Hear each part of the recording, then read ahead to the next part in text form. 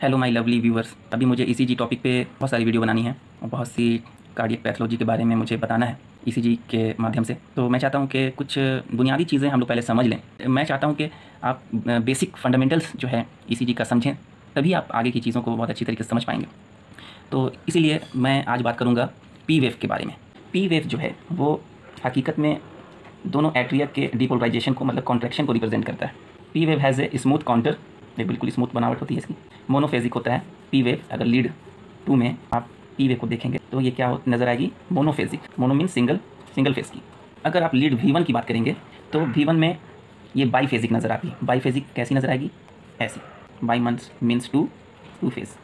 Lead 2 is a bipolar lead, bipolar. और V1 क्या है, यूनिपोलर।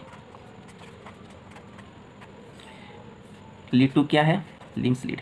और V1 क्या है, चेस्ट लीड है। ये जो मोनोफेजिक स्मूथ काउंटर है पी वेव का, दरअसल इसमें दो हाफ ऑफ पी वेव मिले हुए थे। दो हाफ पी वेव से मिलकर बना होता है एक होल पी वेव।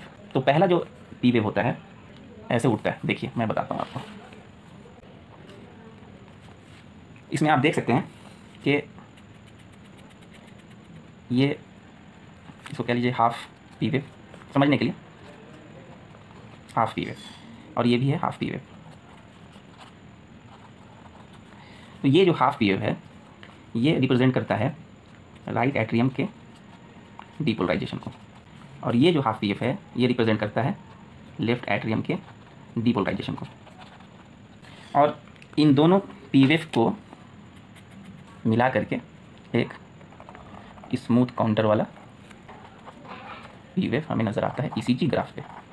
तो हमें ऐसा नज़र आता है, इसमें छुपा हुआ है राइट एट्रियम का डिपोलराइजेशन प्लस लेफ्ट एट्रियम का डिपोलराइजेशन, इस पी वेव में छुपा हुआ है। अगर हमें ईसीजी स्ट्रिप में पी वेव मिलता है, इसका मतलब ये हुआ कि जो इम्पल्स निकल रहा है, इम्पल्स जो ट्रिगर हो रहा है वो एसे नोड से हो रहा है। कहाँ से हो रहा है, एसे नोड से। पी वेव का मतलब होता है साइनस। अगर पी वेव है तो साइनस रिदम बोलेंगे। मेरी कोशिश है कि पूरा ईसीजी को तोड़ दूँ एकदम छोटे छोटे सेगमेंट्स में, ताकि बातों को आप बहुत बेहतरीन तरीके से समझ पाएँ। तो this represent right atrial depolarization followed by left atrial depolarization, ठीक है। अब मिल करके ये स्मूथ काउंटर वाला पी वेव बना, जो हमें ईसीजी स्ट्रिप में नज़र आता है। अच्छा, अब बात करेंगे पी वेव की हाइट कितनी होनी चाहिए नॉर्मल कंडीशन में। तो अगर लीड 2 की बात करें, लीड 2 बिल्कुल कार्डियक एक्सिस के डायरेक्शन में रहता है। आप वीडियो देख चुके हैं। नेट जो इलेक्ट्रिकल इंपल्स है, या दूसरे शब्दों में कार्डियक एक्सिस है, वो लीड 2 की तरफ होती है, ठीक है। ऐसे इस तरह से मैं दिखा चुका हूँ आपको। कार्डियक एक्सिस पे बहुत सारी वीडियो बनाई है मैंने। यही वजह है कि लीड 2 जो है बहुत ज़्यादा पॉपुलर है ईसीजी स्ट्रिप में। जितनी भी लीड्स हैं नज़र आती हैं उनमें से सबसे ज़्यादा पॉपुलर क्या है, लीड 2 है। तो लीड 2 में अगर आप देखेंगे हाइट पी वेव की 2.5 mm से कम रहनी चाहिए। और लीड V1 में अगर आप देखेंगे, क्यों, बाईफेजिक होती है ना इसमें, तो इसमें हाइट जो है बाईफेजिक मतलब ऐसी, ये है आपका आइसोइलेक्ट्रिक लाइन, आधा ऊपर आधा नीचे, बाईफेजिक, दो फेज। तो इसमें लेस दैन V1 में लेस दैन 1.5 mm रहना चाहिए हाइट जो है वो। लीड 2 में इतना और लीड V1 में इतना रहना चाहिए। ड्यूरेशन कितनी रहनी चाहिए और पी वेव कितना होना चाहिए, ये भी तो ज़रूरी है। तो लेस दैन 0.12 सेकेंड, ठीक है। या दूसरे शब्दों में लेस दैन 120 मिली सेकेंड्स। या अगर बॉक्स की बात करें तो लेस दैन 3 स्मॉल बॉक्सेस। क्योंकि एक जो छोटा वाला बॉक्स होता है उसकी टाइमिंग कितनी होती है, 0.04 सेकेंड, मतलब 40 सेकेंड। एक स्मॉल बॉक्स की 40 सेकेंड, 3 स्मॉल की 4 कई बार 120 मिली सेकेंड, ठीक है। कौन कौन सी लीड है जिसमें पी वेव काफ़ी प्रोमिनेंट नज़र आती है, बहुत ही स्मूथ और काउंटर नज़र आती है? इन लीड 2, लीड 3, AVF और लीड V1। तो इसमें से ये लीड 2, लीड 3 और AVF ये क्या है, लिम्स लीड्स हैं, ठीक। जिसमें से लीड 2 और लीड 3 ये बाईपोलर हैं, AVF यूनिपोलर है, और V1 भी क्या है, चेस्ट लीड है और यूनिपोलर।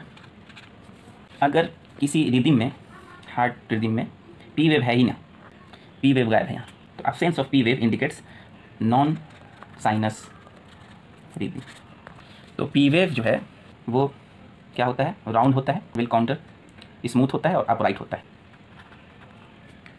लीड V1 में पी वेव क्या होता है, बाईफेजिक होता है। बाईफेजिक क्यों होता है, बाईफेजिक इसलिए होता है एक्टिवेशन ऑफ राइट एट्रियम। जैसे ही राइट एट्रियम कॉन्ट्रैक्ट करना शुरू करता है V1 में, ये ऊपर वाला आधा बन जाता है। और जैसे ही wave of depolarization left atrium पहुंचता है तो लेफ्ट एट्रियम भी कॉन्ट्रैक्ट करता है, इनिशिएट करता है कॉन्ट्रैक्शन को, तो फिर हमारा नीचे वाला नेगेटिव डिफ्लेक्शन जो है ये लेफ्ट एट्रियम को डिपोलराइजेशन को दर्शा रहा है। पी वेव के बारे में आगे और बात करेंगे दूसरे चैप्टर में। प्लीज़ मेरे चैनल को सब्सक्राइब कीजिए, प्लीज़ प्लीज़।